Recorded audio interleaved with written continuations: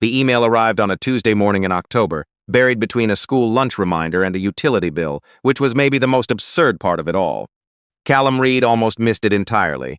He was standing in the kitchen of his rented house in Portland, still wearing yesterday's shirt, pouring coffee with one hand while scrolling through his phone with the other. His 9-year-old daughter Becca was at the table behind him, eating toast and narrating a complicated argument between two of her stuffed animals with absolute seriousness. The sender name stopped him cold. Vivian Ashworth. He hadn't seen that name in 4 years, hadn't expected to see it again. He set the coffee mug down slowly on the counter and read the subject line twice. "You're invited." The email was brief, which was very Vivienne. She had always communicated efficiently, every word chosen, nothing wasted. The message informed him that she and Donovan Ashworth, her now husband, his former boss, the man who fired him, were hosting a grand reopening celebration for Ashworth Capital's new headquarters in San Francisco, a black tie event. Investors, executives, former colleagues. The finest hotel on Market Street. And then the handwritten postscript, which Vivienne must have typed herself judging by the slightly different font. "Heard you've been struggling, Callum. Would love to see how you're holding up. It would mean so much." Becca looked up from her toast and noticed his face immediately. "Dad," she said, tilting her head. "You look like when you spilled coffee on your laptop." Callum put the phone face down on the counter. "I'm fine, Bug. You're doing the forehead thing." "I don't have a forehead thing. You have a massive forehead thing," Becca said simply, and resumed her stuffed animal argument. Callum picked up the coffee and drank half of it cold, staring at the window above the sink where November fog was already settling against the glass. 4 years. He had spent 4 years not thinking about Vivienne Ashworth, not thinking about the office on the 42nd floor where she told him the position was being eliminated, not thinking about Donovan's handshake the day after, firm, practiced, the handshake of a man who had already moved on before the conversation even started. Not thinking about the drive home where he'd sat in the parking garage for 20 minutes because he wasn't sure how to tell Becca that things were about to get harder before they got better. He thought about all of it now. On the other side of the country, Vivian sat at a white marble desk in a penthouse suite while a personal stylist adjusted the hem of her dress and an events coordinator reviewed the final guest list beside her. The celebration was 3 weeks away. The new headquarters cost $40 million to build. The invitation list included a senator, 2 former cabinet members, and enough venture capital money to fund a small country. She had added Callum's name herself. "You're sure about this one?" her assistant had asked, looking at the entry. "Completely," Vivian had replied. She wasn't cruel about it, at least not in any way she allowed herself to acknowledge. It was more like unfinished business. Callum Reid had been the one person in her life who saw her before the money, before Donovan, before everything she had built and become. And she wanted him to see what that everything looked like now. She wanted the comparison to exist in a room, visible and undeniable, because that was the only way to finally close a door she had spent too long pretending was already closed. Her assistant glanced at the guest list again. "Should I put him at the partner tables or the media section?" Vivian said smoothly. "Near the back with the editorial contacts." She said it without looking up. 4 years earlier, Callum Reid had been a senior analyst at Ashworth Capital, a mid-size investment firm that positioned itself as boutique and became briefly important when Donovan Ashworth landed a series of high-profile infrastructure deals. Callum built the risk models that made 2 of those deals possible. He worked early mornings and late nights in a way that had nothing to do with ambition and everything to do with necessity. Becca's mother had left when Becca was 3, citing a life she no longer recognized, and Callum had been raising her alone in a 2-bedroom apartment ever since. He was good at his job. He knew he was good at his job, but being good at your job, he had learned, was not always the variable that mattered most. The week Donovan offered Vivian the chief strategy position, everything shifted in ways Callum couldn't name at first. Vivian was sharp, polished, and openly ambitious in a way that made boards feel reassured rather than threatened. She and Callum had dated briefly before Donovan arrived, long enough to know each other honestly, not long enough to survive ambition entering the room. When Donovan started taking her to dinners that weren't client dinners, Callum noticed. When her office hours changed and her desk moved from the 3rd floor to the executive suite, he noticed that too. He said nothing. That was his way. When she walked into his office on a Friday afternoon and told him his role was being restructured out of existence, she used the word unfortunately twice and the phrase business decision 3 times. She didn't quite meet his eyes. Callum listened until she finished, thanked her for telling him personally, and asked only one question. "When?" 2 weeks, she said. He nodded. packed his desk into a single cardboard box, carried it to his car without asking anyone for help. That night he made Becca her favorite, spaghetti with too much garlic, exactly how she liked it, and told her over dinner that they might need to move somewhere a little smaller for a while. Becca had been 6 years old. She looked at him with complete seriousness and said, "Okay, Dad. I already have too much stuff anyway." He kept that sentence in his chest for a long time. The Ashworth Capitol reopening was held at the Meridian Grand Hotel on a Friday in early November, 42 floors above Market Street in a ballroom with floor-to-ceiling windows that turned the city lights into something that resembled a painting. 1,500 guests moved through the space carrying champagne glasses and wearing the particular expression of people who considered themselves significant. Callum arrived late, which was intentional. 3 black SUVs pulled to the hotel entrance in sequence. The valet team paused. 2 men in dark suits stepped from the first vehicle, scanned the entrance and surrounding street with practiced efficiency, then positioned themselves without drama on either side of the doors. A third man emerged from the second vehicle, spoke briefly into an earpiece, and gave a small nod toward the third. Callum stepped out, holding Becca's hand. She was wearing a deep green dress she had picked herself, with small silver buttons she had insisted were professional, and she had her mother's curly hair pinned back with a clip shaped like a bird that Callum had bought from a street vendor in Austin 8 months ago. She looked up at the hotel with wide, interested eyes. "It's very shiny," she said. "Hotels like this always are," Callum told her. "Why did we bring all the serious men in the cars? Because sometimes it's useful." Becca thought about this for a moment. "Useful for what?" "Walking through doors," he said, and she accepted this completely.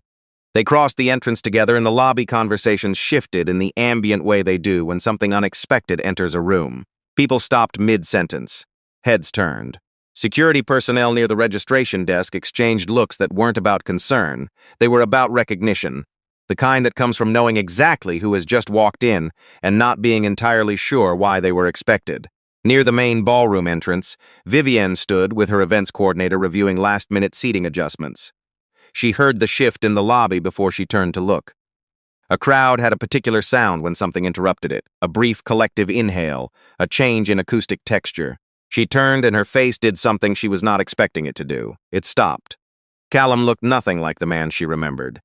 He wasn't dramatically different in any surface way. Same height, same dark hair, same quiet way of standing that had always made him seem like he was watching everything at once. But something foundational had changed. He moved through the lobby like a man who had already decided that nothing in the room could diminish him. Not arrogance, not performance. Something harder to describe and more unsettling to witness. The complete absence of the need for anyone's approval. The lobby was still buzzing with whispers by the time Callum and Becca reached the ballroom entrance. Vivienne moved forward with practiced grace. "Callum," she said, "I wasn't sure you'd come." He looked at her calmly. "Congratulations on the new space." No bitterness, no irony. She searched his face for it and found nothing. Becca looked up at Vivienne with direct, curious eyes. "Are you the one who sent the email?" Callum put a hand gently on Becca's shoulder. "This is my daughter, Becca." Vivienne smiled the way people smile when caught slightly off guard. "She looks like you." "Lucky her," Becca said pleasantly, and Callum pressed his lips together to avoid smiling. Donovan appeared behind Vivienne then, moving through the crowd with the particular energy of a man who had organized this evening and expected every part of it to behave accordingly. He was taller than Callum remembered, or maybe it was the tuxedo. He extended a hand. "Reid," he said with a wide smile that didn't quite arrive in his eyes. "Hell of an entrance." Callum shook his hand. Good to see the place finally finished. Donovan laughed. "Too big, too quick. Had to do it right. 40 million, but you only rebuild once, right?" He looked toward the SUVs still visible through the lobby glass. "You've got quite the security detail." "Going somewhere after this?" Callum answered simply, "No." The silence that followed that single word was the most interesting silence Donovan had experienced in a long time. The hotel manager materialized from the left side, slightly breathless, speaking in a low voice. "Mr. Reid, I apologize. We weren't aware you'd be attending personally this evening. We can certainly arrange the terrace suite if you'd prefer the—" "Media section is fine," Callum said calmly. The manager blinked. "Are you quite certain, sir?" Donovan and Vivienne exchanged a glance. Callum's expression didn't shift at all. "I'm certain," he said. The manager nodded slowly and withdrew, looking like a man who had just received information he was still processing. The media section was near the back of the ballroom, positioned beside a service corridor where waitstaff came and went constantly throughout the evening. Vivienne had chosen it deliberately. She had imagined Callum sitting there in a department store suit among journalists and second-tier editors, watching the main floor from a distance, understanding by physical proximity exactly where he stood relative to everything she had become. Instead, the entire ballroom kept looking toward the back. Becca sat beside Callum eating a dinner roll with surgical focus while three executives from separate conversations found reasons to migrate in his direction. She watched this with 9-year-old interest.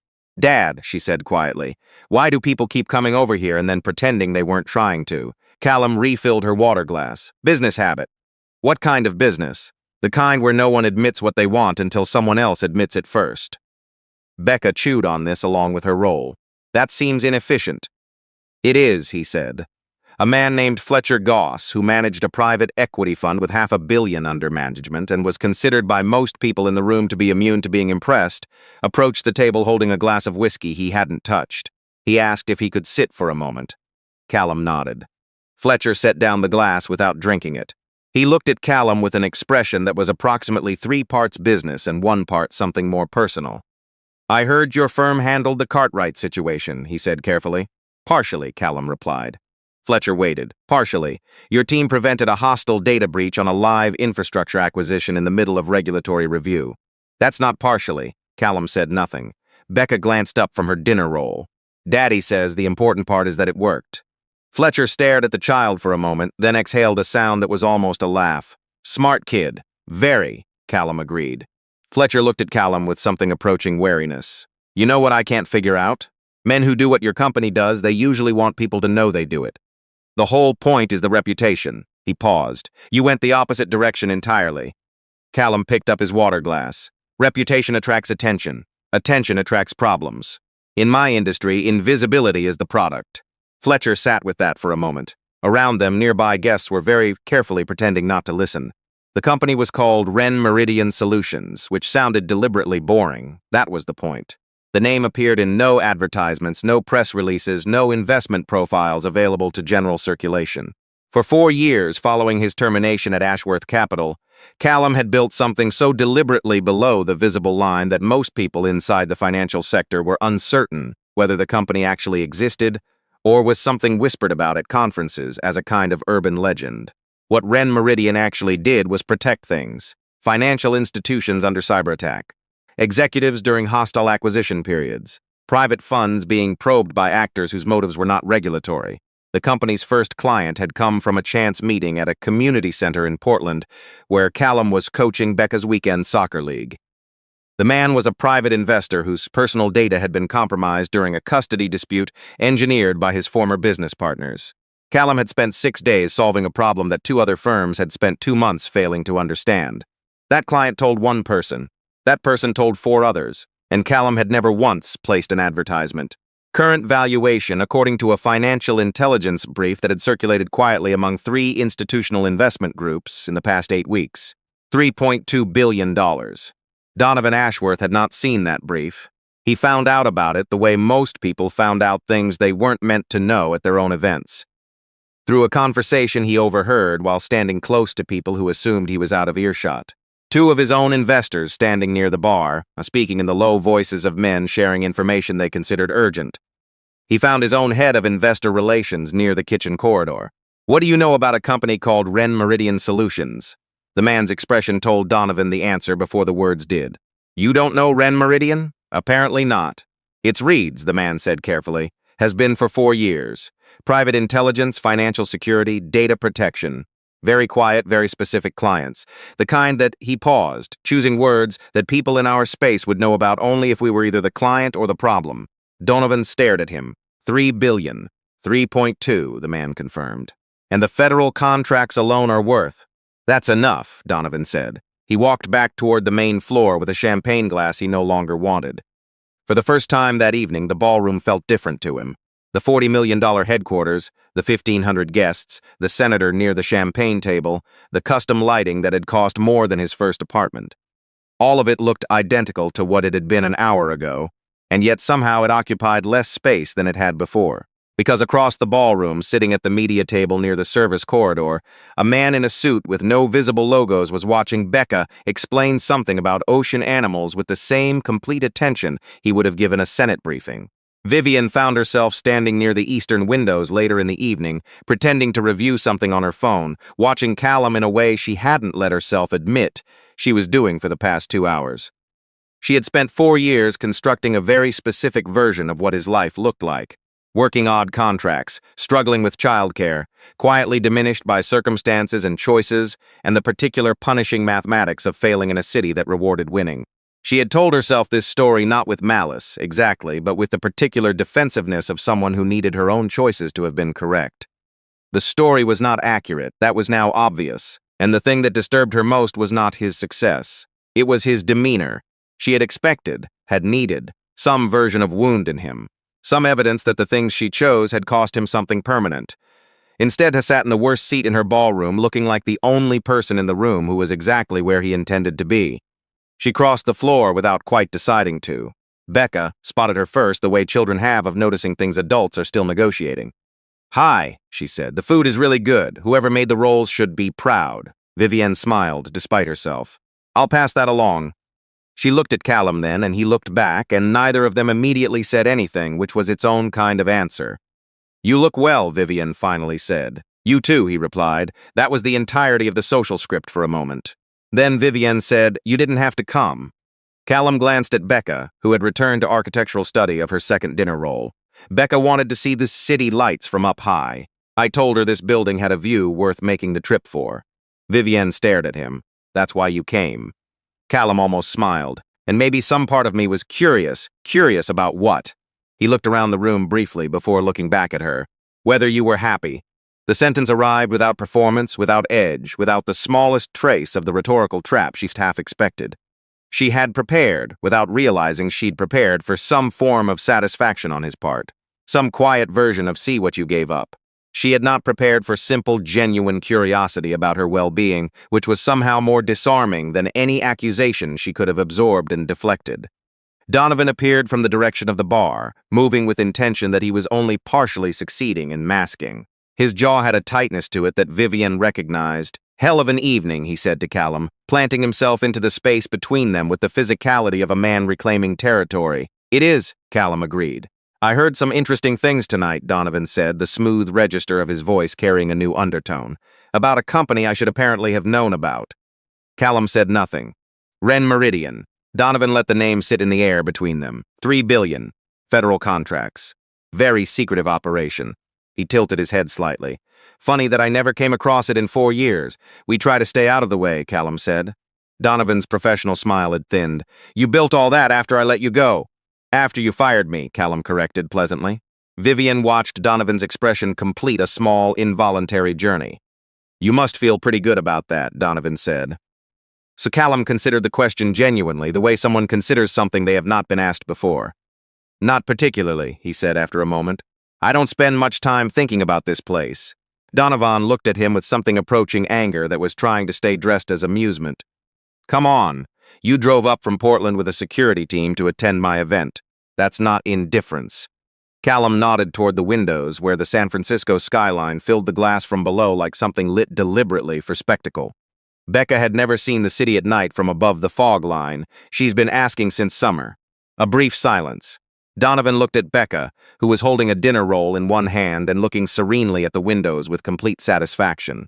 "You brought your kid to a black-tie investment gala," Donovan said flatly. "She has better manners than most of the people here," Callum said, and it was not entirely clear he was joking.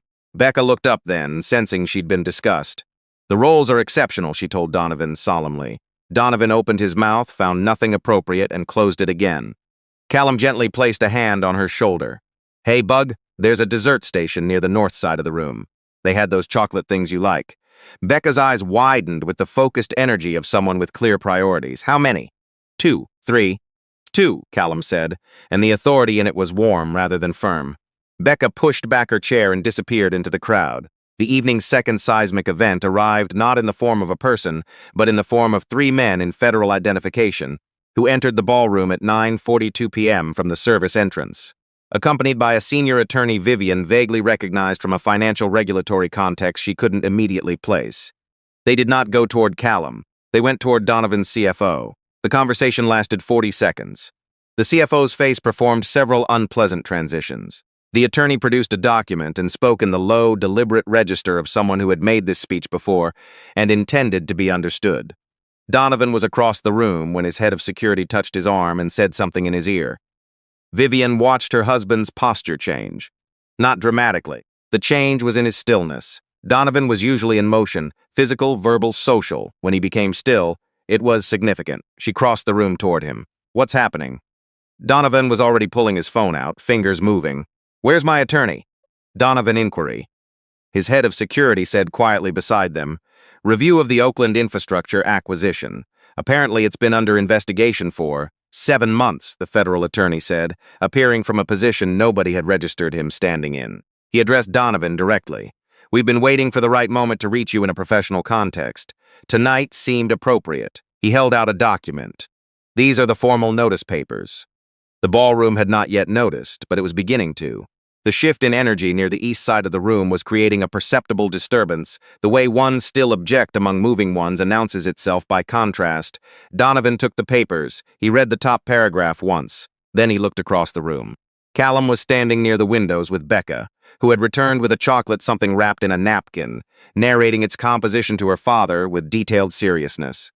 He wasn't watching the situation unfolding on the east side of the room. Or if he was, it was in the peripheral way of someone who already knew what would happen and had simply been waiting for the clock. Donovan walked toward him with the energy of a man who had decided that the problem was personal. "You arranged this," he said, low and direct. Callum looked at him without urgency. "I attended your event, don't." Donovan's composure was thinning visibly. "The timing, the SEC, the attorney, you set this up." Callum kept his voice level. "The SEC has been investigating your Oakland acquisition since before I received your wife's invitation." "You knew," Donovan said. "Yes." The single word landed without emphasis or satisfaction, which made it somehow more definitive than a speech would have been. Donovan's expression changed. "Then why come? If you already knew this was happening tonight, why show up?" Callum looked at him for a moment.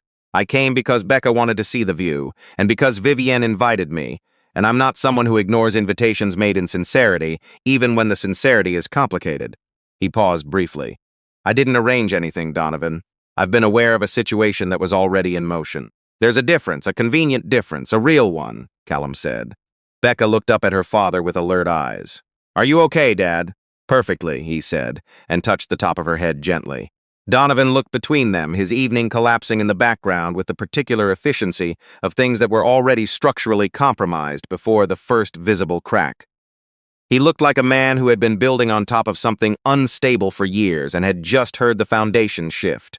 He walked away without another word. Vivian found Callum near the terrace access doors an hour later. The ballroom was loud and destabilized behind them. Guests in clusters, phones out, her publicist managing a crisis she hadn't been hired to anticipate.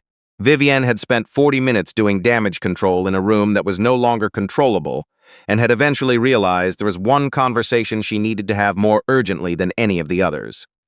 Becca was inside near the dessert table with one of Callum's security personnel standing discreetly nearby. Vivian stood beside Callum at the terrace railing. San Francisco extended below them in every direction, cold and glittering and indifferent. "You knew," she said quietly. "For about 3 months," Callum said. "A client of mine flagged anomalies in the Oakland deal during their own acquisition review. The information went where it needed to go." He paused. "I didn't accelerate anything. I didn't choose tonight. The timing was the SEC's." Vivienne looked at the city for a long moment. "Why didn't you tell me?" Callum was quiet before answering. "Would you have listened?" She didn't respond because the honest answer was no, and they both understood that. She turned to look at him. The terrace lights were minimal, and it made him look briefly like the version of him she had known before offices and career trajectories and the specific hunger of wanting more than what was in front of her. "I sent you that invitation," she said. She stopped herself. "I know why you sent it," Callum said, not unkindly. She closed her eyes for a half-second. "I wanted you to see everything we built and feel what I—" She stopped again. "It wasn't generous of me." "No," he agreed. "Are you angry?" Callum considered it. "Not anymore. It took a while, though." She looked at him carefully. "How did you do this? All of it. Becca was so young, and you lost everything at once, and you—" "I didn't lose everything," Callum said. He looked back through the glass toward where Becca was inside, visible at the dessert table, apparently deep in negotiation with a waiter about something. "I always had the most important thing." Vivienne followed his gaze. The tightness in her chest had been building for 2 hours, and she finally understood what it was. It wasn't regret for the life she had now. It was something more specific. The recognition that she had spent 4 years telling herself Callum's life had diminished, because believing that was the only way her choices made sense. And the moment that story collapsed, she had to look at her choices without it. "I was wrong about a lot," she said finally. "You were ambitious," Callum replied. "That's not the same thing as wrong. It just meant we wanted different things, and for a while we both pretended otherwise." She looked at him. "Don't be generous. I wasn't generous to you." "No," he said again, "but I got something better out of it." She knew he meant Becca. She knew, watching him through the glass a moment later, his full attention on his daughter as she explained something to the security personnel with enormous hand gestures, that whatever Vivian had spent 4 years constructing, it had not produced the thing she was watching right now. She had built the skyline view. Callum had built the reason to care about it. The next weeks disappeared into coverage. Donovan's company made news for all the reasons companies make news when regulatory reviews become public knowledge. Vivian managed the personal fallout with the precise control of someone who had trained for professional crisis and found that personal crisis required different tools entirely. She separated from Donovan quietly in November and did not discuss it publicly. She thought about Callum and Becca occasionally, in the involuntary way you think about things that clarified something you weren't ready to look at directly. She did not reach out. That felt like its own form of respect. 2 months after the Meridian event, on a gray Saturday in January, Becca's winter recital was held in a small community arts building in southeast Portland. She had been learning cello for 14 months, a choice she had made entirely without Callum's suggestion, on the grounds that it was, in her assessment, the most serious-looking instrument. She had practiced with a dedication that slightly alarmed her teacher in the good way. Callum sat in the second row in a flannel shirt and a jacket that was not tailored and was extremely comfortable, holding a paper program with a drawing of a snowflake on the front. Parents around him made quiet small talk about school schedules and weekend plans. A man beside him mentioned he'd seen Callum's photo in a business publication the previous week, and Callum thanked him without elaborating, which ended the topic thoroughly. Before the recital began, the door at the back of the room opened and a woman in a gray coat slipped inside and found a seat near the wall. She looked around once and then looked at the small stage where children were arranging themselves in front of metal stands. Becca spotted her from the stage. Her expression opened the way children's expressions do when they recognize someone they genuinely like. She gave a small wave, the gesture trying to be subtle and failing entirely. Vivian lifted a hand in return. Callum turned at the movement. He saw her across the room and held her gaze for a moment without reading into it, without placing it into any category he had already prepared. He simply acknowledged her presence with a brief nod, the way you acknowledge someone you have a complicated history with and have decided not to make any more complicated. Vivian nodded back. She looked at the stage. She stayed where she was. After the recital ended, Becca found Callum near the exit and leaned against him with the comfortable weight of a child who was simultaneously proud of herself and very ready for dinner. She glanced around the thinning crowd. "She came," Becca said. "She did. Did you know she was going to?" Callum considered that. "No." Becca chewed on her lower lip briefly. "Is that okay?" He looked down at her. "Yeah, Bug, it's okay." Vivienne reached them on her way toward the exit. She stopped briefly. "She was wonderful," she said to Callum, and looked at Becca directly. "You were wonderful." Becca accepted this seriously. "I practiced 11,000 times. It showed," Vivian said. A small silence existed between the three of them, not uncomfortable, not resolved, not just present, the particular silence of people standing at the edge of something that doesn't have a clean definition yet. "Thank you for coming," Callum said to Vivienne. "Thank you for not asking me to leave," she replied. He looked at her in a way that was neither invitation nor dismissal. "I don't think people who make mistakes and show up anyway should be asked to leave things." Vivienne held on to that sentence for the walk back to her car, and for several days afterward, and for longer than she would have expected. Becca reached up and took Callum's hand without ceremony as they walked to the parking lot. Cold January air moved down the street between parked cars and bare-branched trees. "Dad," she said thoughtfully. "Yeah, can we get Thai food?" "We can get Thai food. Can I get the really spicy one this time?" "You say that every time. This time I mean it." He looked down at her with the expression of a man who understood that some arguments were worth having repeatedly because the argument itself was the point, and he said, "We'll see," which was the answer he always gave, and she accepted it with the grin of someone who already knew she'd get the really spicy one. The parking lot was quiet and ordinary and lit by a street lamp that needed replacing, and the two of them walked through it together. and there was nothing remarkable about the moment, except everything that had been required to arrive at it.